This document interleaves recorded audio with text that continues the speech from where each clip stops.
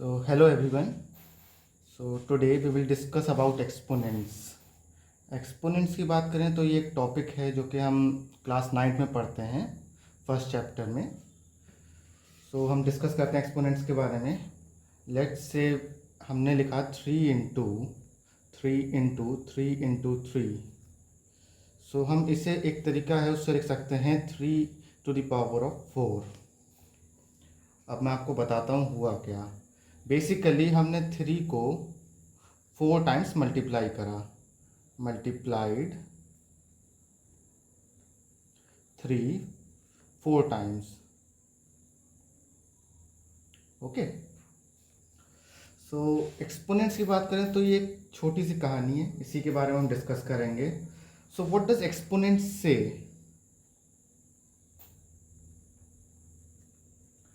Exponents क्या कहता है? How many times a number is multiplied by itself.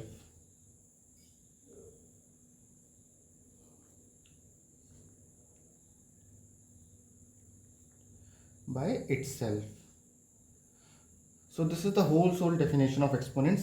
क्या है कि how many times a number is multiplied by itself.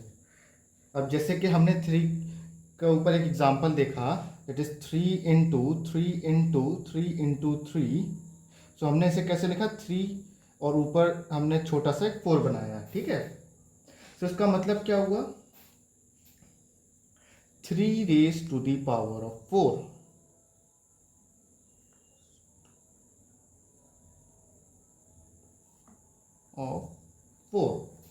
Okay. तो इसीलिए हम एक्सपोनेंट्स को और क्या कहते हैं? Also known as power of a number. So basically अगर हम 3⁴ की बात करें तो इसका मतलब क्या हुआ? What it means? It means 3 is multiplied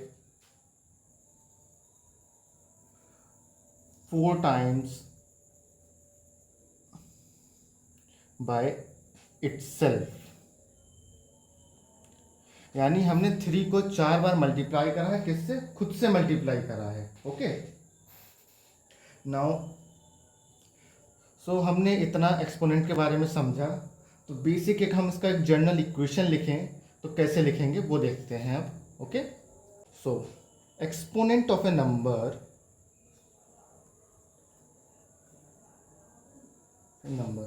okay. सो हम बेसिकली जर्नल फॉर्मूला अगर देखें तो क्या लिख सकते हैं? x raise to the power of n equal to x into x into x into up to n times. Okay. So ये basically कितनी बार x मल्टीप्लाई हो रहा है? n times. यहां पे हम x raise to the power n की बात करें तो हम x को बेस कहते हैं और n को एक्सपोनेंट. सो आपको इतना ये पता होना चाहिए. ओके. सो अब हमने एक्सपोनेंट्स पढ़े हैं तो इनकी कुछ हम लॉज पढ़ लेते हैं. Laws of rational exponents. Laws of rational exponents.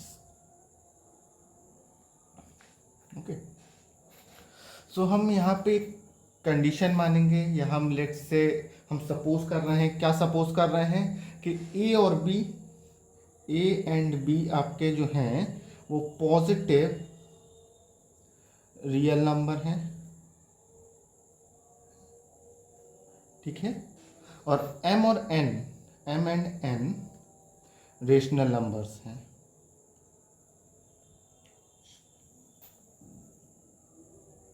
Okay. Basically a b m n जो भी हमने माने हैं ये क्या है? वेरिएबल माने हैं.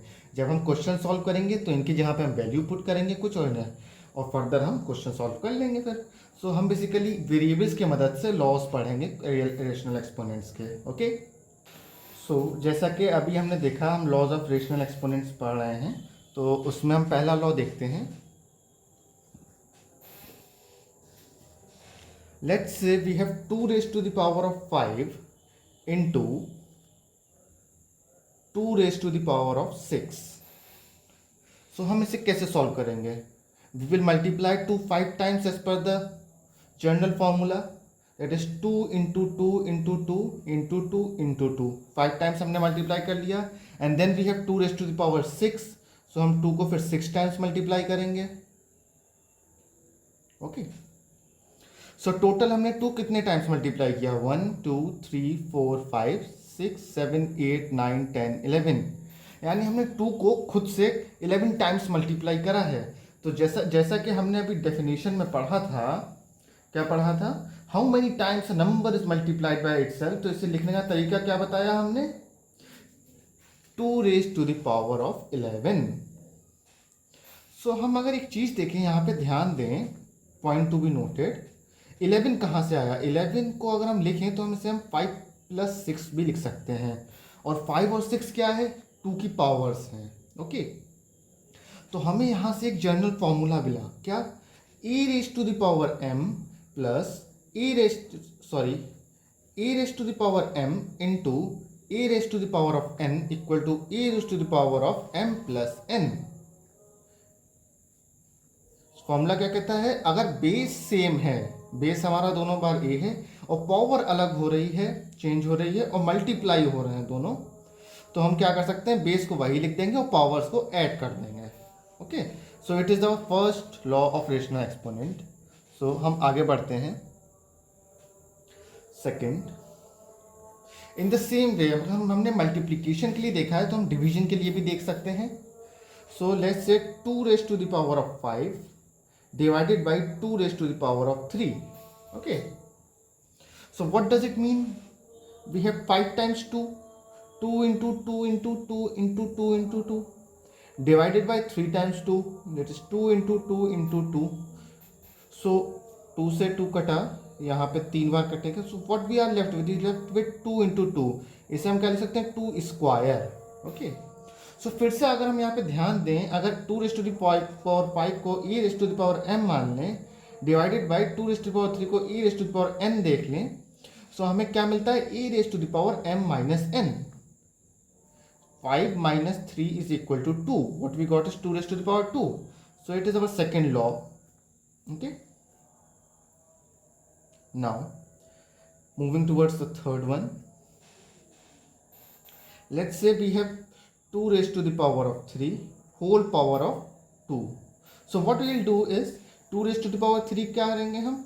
2 into 2 into 2, 3 टाइम्स हम 2 को मल्टीप्लाई करेंगे और होल पावर 2 थी तो 2 लगा देंगे।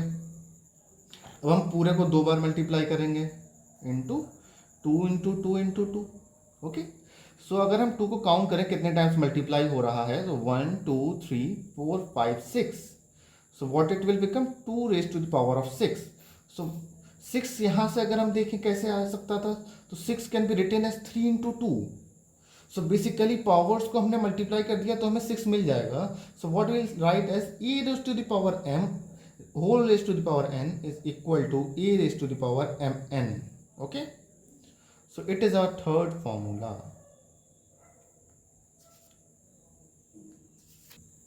Now fourth one,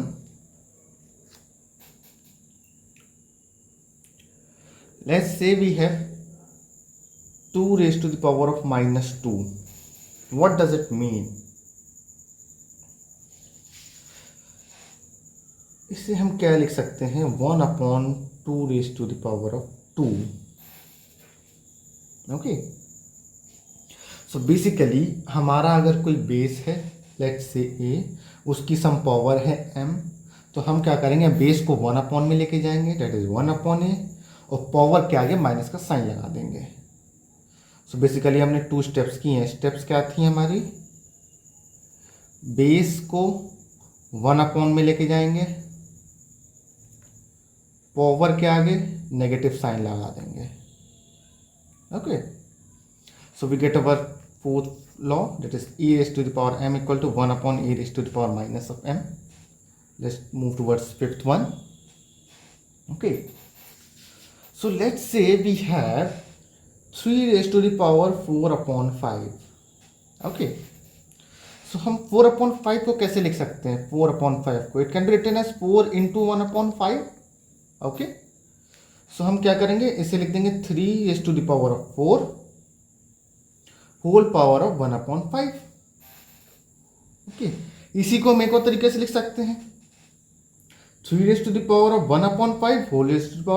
4। ये कैसे लिखा हमने प्रॉपर्टी पीछे पढ़ चुके हैं पहले ही, a into b is equal to b into a, उसी से लिखा है हमने। ओके, सो इसे और कैसे लिख सकते हैं, हमने पहले अंडर रूट पढ़ चुके हैं, सो इसे in the form of under root भी लिख सकते हैं हम। कैसे, 3⁴ पहले से हमारे पास था, उसे वैसे लिख देंगे, अंडर रूट में 5 आ जाएगा। ओके, हमने जो 3⁴ लिखा है, पावर 4 अंदर लगाई है, इसे हम बाहर भी लगा सकते हैं, 5 3 होल पावर ऑफ 4, दोनों बातें सेम है। Okay, so what we get the formula is a⁴m/n is equal to a⁴m की power 1/n, which is equal to a⁴1/n की whole power of m, that is a⁴m/n is equal to under root of n a⁴m, which is equal to under root of a, यहाँ पे n आएगा, and whole power of m।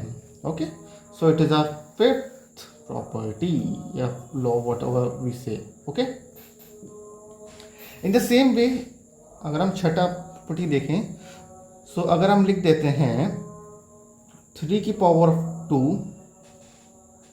Into 4 की power of 2, सो हम इसे कैसे लिख सकते हैं, 3 इंटू 3 इंटू 4 इंटू 4। हम इसे कैसे लिख सकते हैं, 3 into 4 into 3 into 4। Okay, so we can write it as 3 into 4 का whole square, which will be equal to 12 whole का square. Okay, so basically e⁴m into b⁴m is equal to ab⁴m। अगर power same है, base अलग हैं और दोनों multiply हो रहे हैं, तो बेस को मल्टीप्लाई कर देंगे, पावर सेम रहने देंगे। Okay, eighth property, so what does it say, under root of a, let's say n का अंडर रूट है, पावर भी n है, सो हम इसे कैसे लिख सकते हैं, a⁴n/n which is equal to a। Okay, and then ninth, what does it say, a under root of a, okay, into under root of b, यहाँ भी a है, so we can write it as under root of ab। For example, square root of 4 into square root of 7 is equal to square root of 4 into 7, which is equal to square root of 28। okay, and we have the 10th one,